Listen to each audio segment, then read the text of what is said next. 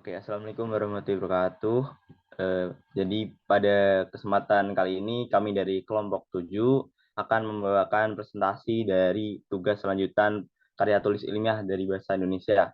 Nah, untuk judul sendiri kami mengambil judul Intelligent Environmental Living System in the City of Sidoarjo. Solusi smart untuk membantu perkembangan inovasi kawasan pemukiman yang berkelanjutan pada tahun 2045.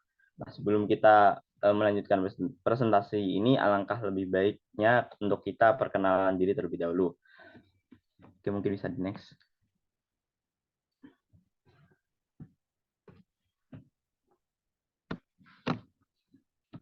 Oke, yang pertama mungkin dari saya dulu, perkenalkan, nama saya Amar Syakib Zaifah dengan NRP 20352111026.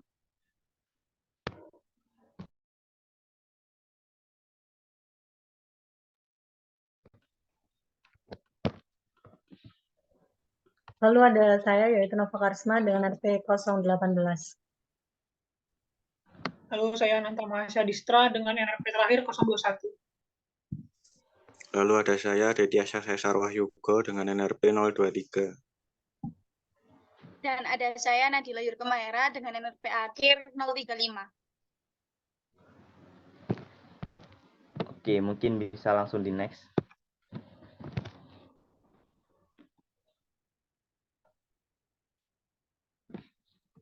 Oke, yang pertama kita akan membahas dari latar belakang karya ilmiah kita sendiri. Yang pertama, di Indonesia itu sampah yang tidak dipilah masih banyak, 81,2%. Hanya 60% dari limbah rumah tangga yang ada terangkut menuju proses selanjutnya dari Damanhuri 2008, Setiawati 2013. Sanitary landfill merupakan lahan yang luas jika terdapat kebocoran ke dalam sumber air tidak dapat ditoleransi yang menyebabkan terkontaminasi dengan zat-zat beracun. Resiko kurang mendukungnya jika ditempatkan di Kabupaten Sidoarjo yang merupakan kawasan urban dan industri.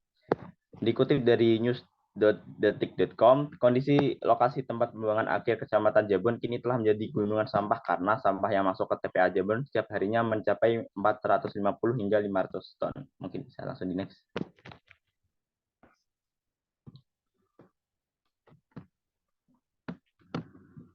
Nah, untuk metode penelitian sendiri,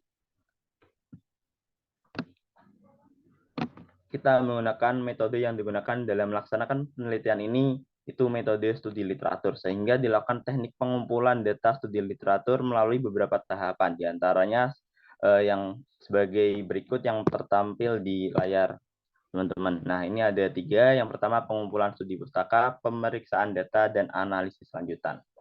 Bisa di next.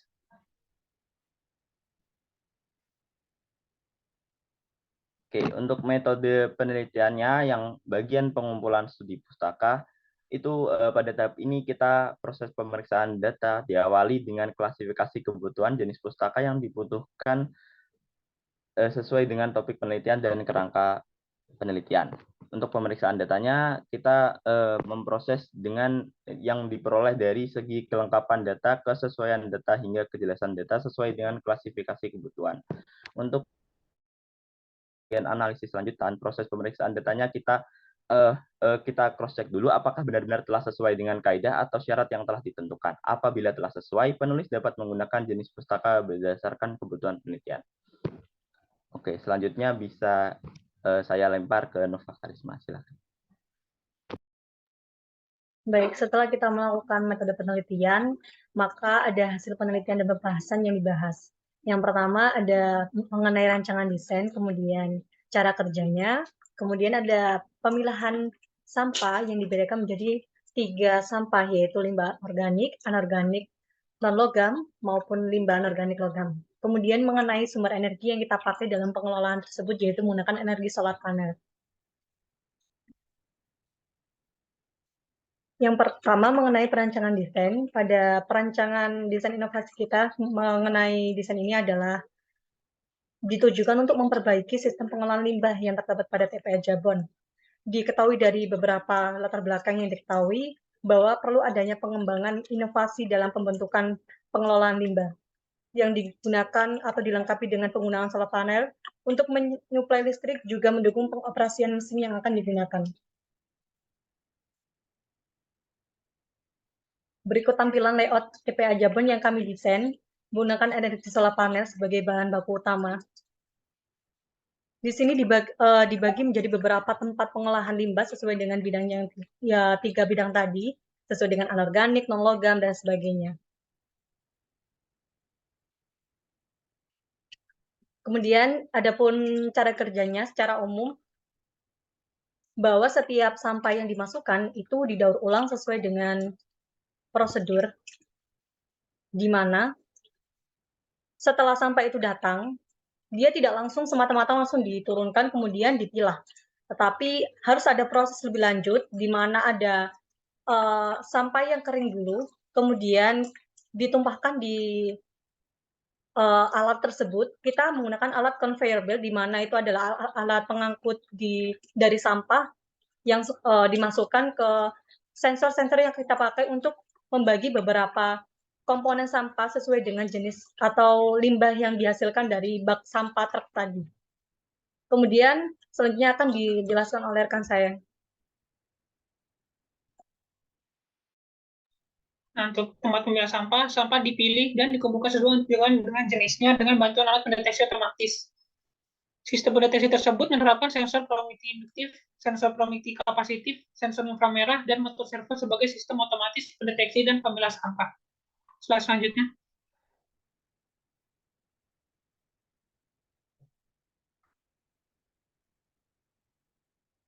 Sensor inframerah akan menangkap bahwa ada objek yang mendeteksi. Selanjutnya, pendeteksi jenis sampah logam dan non-logam yang dilakukan oleh sensor-sensor proximity induktif. Apabila deteksi objek termasuk dalam jenis sampah logam, maka sampah yang berhasil terdeteksi memicu motor servo 1 untuk mendorong objek ke jalur kanan dan sampah jenis non-logam akan masuk ke jalur kiri.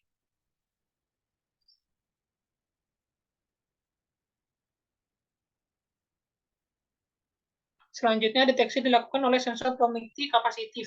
Apabila deteksi objek tersebut dalam jenis sampah non-logam, maka sampah organik yang memicu terdeteksi memicu motor servo 2 untuk mendorong objek dan sampah jenis logam akan masuk ke jalur tengah. Setiap jalur disiapkan penampung sampah dari hasil pemilah otomatis.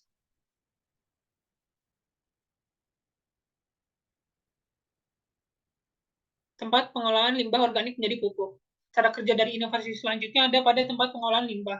Limbah yang sudah dipilah menurut jenisnya akan diolah menjadi barang yang bernilai ekonomis, seperti pengolahan limbah organik menjadi pupuk kompos.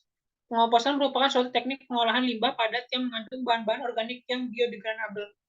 Tujuan proses pengomposan ini yaitu untuk mengubah bahan organik yang menjadi limbah menjadi produktif yang mudah dan aman untuk ditangani, disimpan, diaplikasikan ke lahan pertanian dengan aman tanpa menimbulkan efek negatif, baik pada tanah maupun lingkungan. Selanjutnya akan dilempar ke rekan saya. Berikut ini merupakan tempat pengolahan limbah anorganik non-logam. Cara kerjanya yaitu pengolahan limbah anorganik non-logam. Itu limbah anorganik merupakan limbah yang sangat sulit terurai di dalam tanah sehingga membutuhkan waktu yang cukup lama terurai. Hal ini akan menyebabkan dampak negatif bagi lingkungan.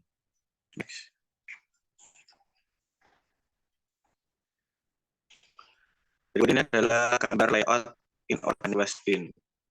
Oleh karena itu, kami merancang sebuah inovasi, tempat pengolahan limbah anorganik menjadi benda pakai yang bertujuan untuk mengurangi penumpukan sampah dengan jenis anorganik non-logam. Next.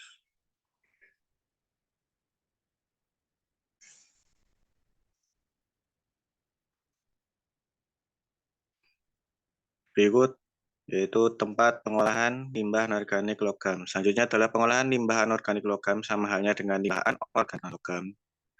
Juga akan didaur ulang menjadi benda pakai yang bernilai ekonomis. Sisa-sisa pengolahan limbah yang tidak dapat didaur ulang nanti akan dimasukkan ke dalam tempat penampungan sementara sebelum dikirim ke Aliansi Zero Waste Indonesia untuk diproses lebih lanjut. Next.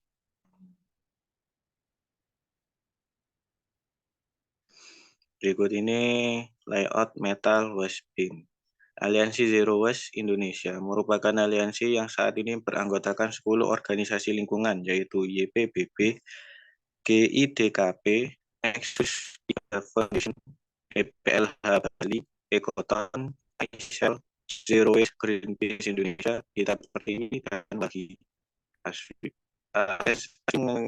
mengkampanyekan penerapan konsep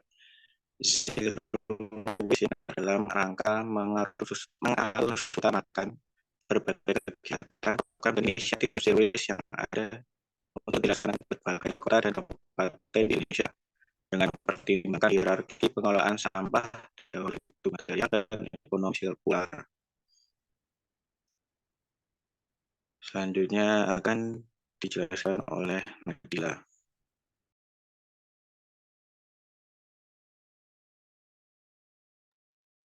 Baik, selanjutnya solar panel. Dalam proses pengolahan limbah, tentunya ada beberapa teknologi mesin yang membutuhkan listrik dalam pengoperasiannya. Pada inovasi ini, penggunaan panel surya dapat mengkonversi energi matahari menjadi energi listrik menjadi sebuah alternatif dengan proses efek fotovoltaik secara sederhana. Cara kerja panel surya adalah dengan menyerap cahaya matahari dengan menampung energi yang dihasilkan pada baterai, sehingga listrik dapat digunakan pada saat kapanpun atau dalam kondisi hujan. Setelah itu, terdapat kabel yang terintegrasi dengan instalasi listrik di tempat pemilah dan pendaur ulang tersebut. Secara otomatis, listrik akan disalurkan dari baterai ke mesin yang akan digunakan. Selanjutnya.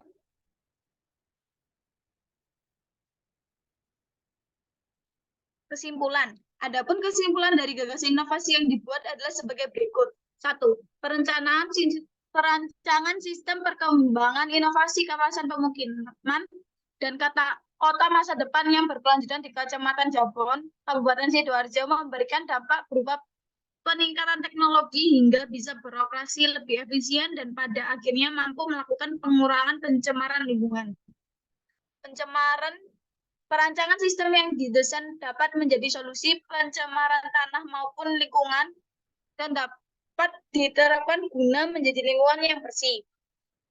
Perumusan konsep sistem perkembangan inovasi kawasan pemukiman dan kota masa depan yang berkelanjutan di Kecamatan Jabon, Kabupaten Sidoarjo merupakan konsep teknologi yang tepat guna menciptakan program sustainable development yang terintegrasi, berjalan otomatis, dan memberikan analisis yang akurat sehingga konsep tersebut dapat direalisasikan serta membantu terwujudnya program Indonesia menjadi negara industri yang tangguh di dunia pada tahun 2030. Daftar pustaka. Yang pertama ada Admin 2021, penanganan limbah padat, artikel dan berita, multi kompetensi, dan sebagainya.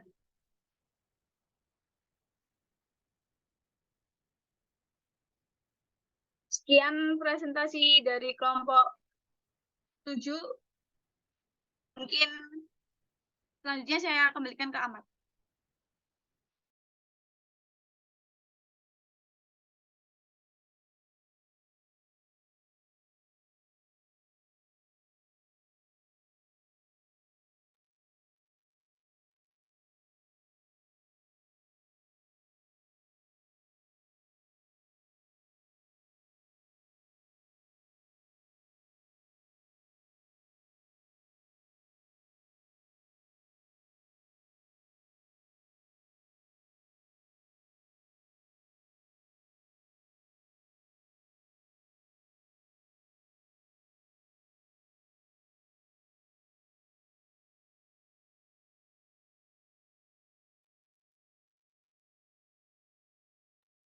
Baik, itulah presentasi dari kelompok 7. Apabila ada kekurangan, kami mohon maaf. Terima kasih. Selamat siang. Wassalamualaikum warahmatullahi wabarakatuh.